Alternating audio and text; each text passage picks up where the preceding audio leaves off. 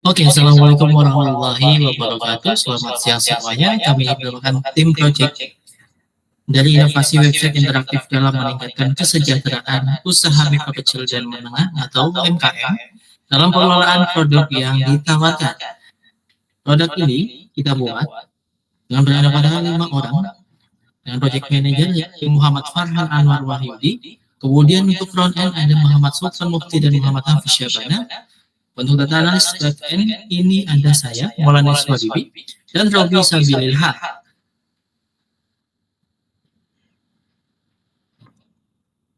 Oke, kita lanjut ke latar belakang. Apa sih alasan kita membuat website ini? Oke, jadi UMKM ini sebagai pilar ekonomi yang menghadapi kendala pengelolaan produk dalam era digital. Karena kenapa? Karena keterbatasan akses pasar. Jadi UMKM ini sering sekali menghadapi kesulitan dalam mencapai pasar yang lebih luas dan menjangkau konsumen yang potensial. Jadi, untuk sumber dayanya juga, keterbatasan modal, keterampilan teknologi, dan sumber daya lainnya sering jadi kendala utama dalam pengelolaan usaha. Jadi, untuk inovasinya, kita dibutuhkan untuk meningkatkan daya saing dan kesejahteraan UKM. Nah, ini untuk menggeser konsumen konsumen online yang semakin banyak konsumen yang beralih ke belanja online. Jadi, UMKM ini juga perlu mendapatkan adaptasi sebagai tren untuk tetap bersaing. Jadi, untuk peningkatan ekspektasi konsumennya juga, untuk mengharapkan kemudahan dan pengalaman berbelanja yang lebih nyaman melalui platform digital yang lagi sering terjadi di pasar-pasar. Jadi peran teknologi juga meningkatkan efisien operasionalnya juga dan akses global. Nah, jadi website ini juga interaktif sebagai solusi dan potensial sebagai peningkatan visibilitas, meraih pasar yang lebih jauh dan efisien pada manajemennya. Jadi untuk manfaatnya, pemasaran dan promosi ini memungkinkan UMKM juga untuk memasarkan produk mereka secara lebih efisien dengan menggunakan berbagai strategi digital, media sosial, dan iklan-iklan online. Dan peningkatan jualannya juga berketerlibatan untuk konsumen yang lebih baik dan pengalaman belanja yang lebih menyenangkan. Nah, di sini ada project chapter. Nah, untuk project chapter ini tujuan kita untuk membuat website yang lebih fungsional, menarik, dan lebih mudah digunakan untuk membantu UMKM mempromosikan produk dan tujuannya untuk mereka untuk meraih pasaran online. Lanjut, Mas. Nah, di project charter ini juga ada beberapa orang. Di sini project manager, di sini untuk mengembangkan rencana project yang lebih kooperatif dan pengaturan jadwal dan pengalokasian sumber daya. Lalu untuk data analis dan front-end ini untuk mengenakan pengoperasian pengumpulan data-data yang diperlukan untuk mengisi sebuah websitenya. Lalu UI dan UX dan front-end di sini juga untuk merancang sebuah website yang lebih menarik, yang lebih dimudahkan, dan lebih disenang untuk konsumen-konsumennya. Lanjut, Mas.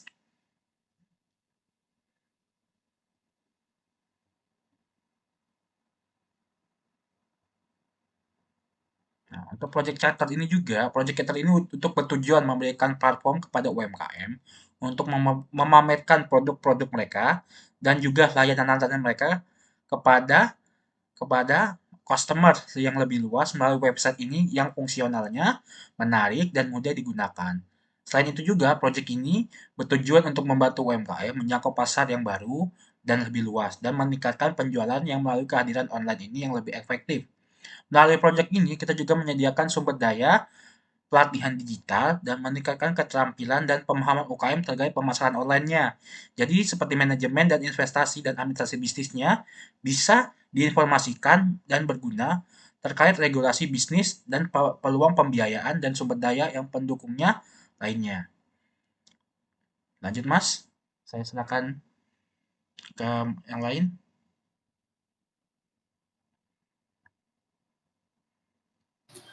Oke, untuk analisis SWOT sendiri, yang pertama ada strength, yakni kelebihan dari produk yang kita buat.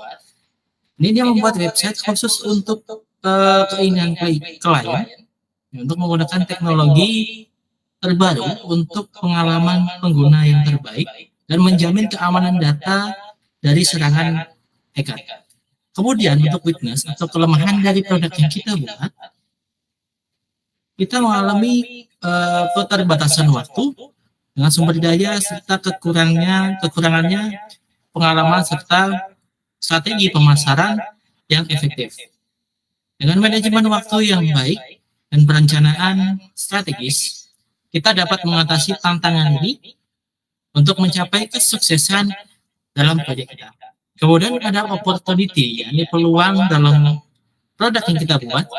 Jadi ada permintaan website dari UMKM ini naik karena kesadaran bisnis online yang penting.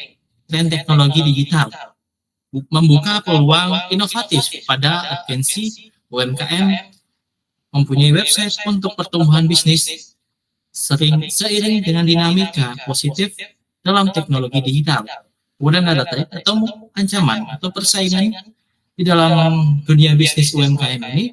Industri pembuatan website dihadapkan pada persaingan yang sangat ketat, risiko teknologi dan perubahan regulasi.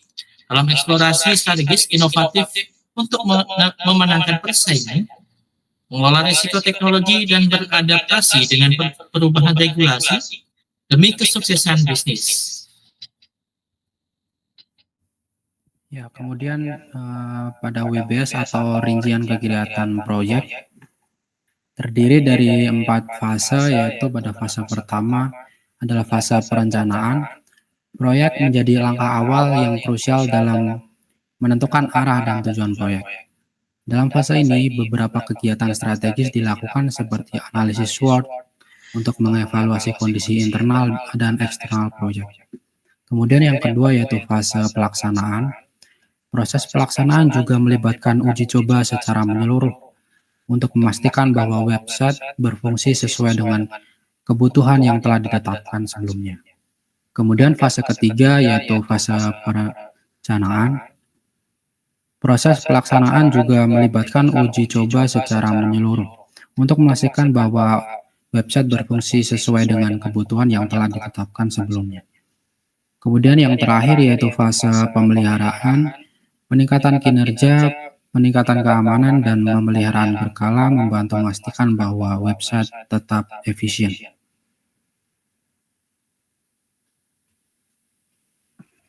Untuk Gantt chart terdiri dari 4 fase. Pertama itu perencanaan, kedua pelaksanaan, ketiga penyelesaian, keempat pemeliharaan. Yang pertama yaitu proses fase perencanaan. Proyek ini mencakup analisis SWOT, kebutuhan pengguna, teknis dan desain. Analisis kebutuhan menentukan kebutuhan pengguna, kedua analisis teknis menetapkan spesifikasi teknik proyek dan perencanaan desain untuk menghasilkan desain proyek. Yang kedua yaitu fase pelaksanaan, meliputi pengembangan tampilan desain bertujuan untuk membuat desain tampilan dari website dalam fitur-fitur yang digunakan untuk menyimpan data dalam proyek untuk memenuhi kebutuhan. Yang ketiga yaitu fase penyelesaian, meliputi pemasangan website dan evaluasi pemasangan website yang bertujuan menginstal website ke server dan evaluasi bertujuan untuk menilai apakah proyek telah berhasil diselesaikan. Yang keempat dan terakhir yaitu fase pemeliharaan, meliputi peningkatan kinerja website, peningkatan keamanan website, dan pemeliharaan rutin. Sekian. Berikutnya adalah tabel rencana pembiayaan. Yang pertama ada hosting dengan harga 25.000 dengan durasi 1 bulan dan untuk total durasinya adalah 1 tahun, sehingga 25.000 dikalikan dengan 12 menghasilkan 300.000. Untuk domain dengan harga 150.000 dengan durasi 1 bulan dan total durasinya ada 1 tahun, totalnya 1.800.000. Lalu untuk SSL dengan harga 40.000 dengan durasi 1 bulan, totalnya 480.000. Total dari keseluruhan ini adalah 2.580.000. Kemudian ada dana SDM dengan jumlah 3.820.000 dengan durasi 5 bulan. Lalu ada maintenance dengan 300.000 durasinya 1 bulan, dan untuk aset digital ada jumlahnya 300.000. Untuk total keseluruhan dari rencana pembiayaan ini adalah berjumlah 7 juta rupiah. Ya, terima kasih. Oke, dari hasil NAB tadi yang yang UMKM dapatkan ini adalah bentuk prototipe yang akan kami berikan. Nah, jadi untuk UMKM ini akan ada nama dari pemilik UMKM tersebut yang dituliskan huruf besar di pojok kiri atas, yaitu tulisan UMKM. Lalu ada beberapa uh, pilihan, yaitu terdiri dari home, about, product, dan contact. Untuk home sendiri akan ada ucapan selamat datang dan kata-kata yang diberikan dari website tersebut kepada customernya. Lalu di situ ada produk sampel. Produk sampel tersebut di situ adalah highlight apa sih yang sedang sering dibeli di website tersebut atau barang yang sering beli disebut. Lalu kita lanjut ke menu about. Nah, about itu sendiri ini adalah deskripsi dari UMKM tersebut, menjelaskan apa sih yang mereka jual, apa sih yang mereka belikan kepada customernya. Lalu juga rincian-rincian barang-barang atau yang UMKM tersebut jual. Lalu ada menu produk.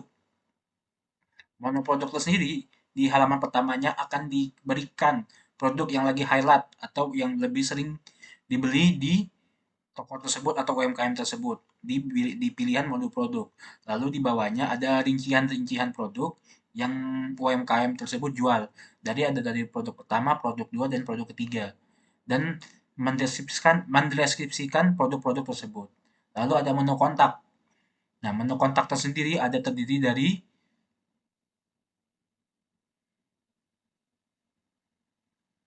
di menu kontak, di sini ada menu call center atau tempat yang ingin disampaikan, lalu ada email, ada location atau tempat tokoh offline tersebut, lalu ada sosial media.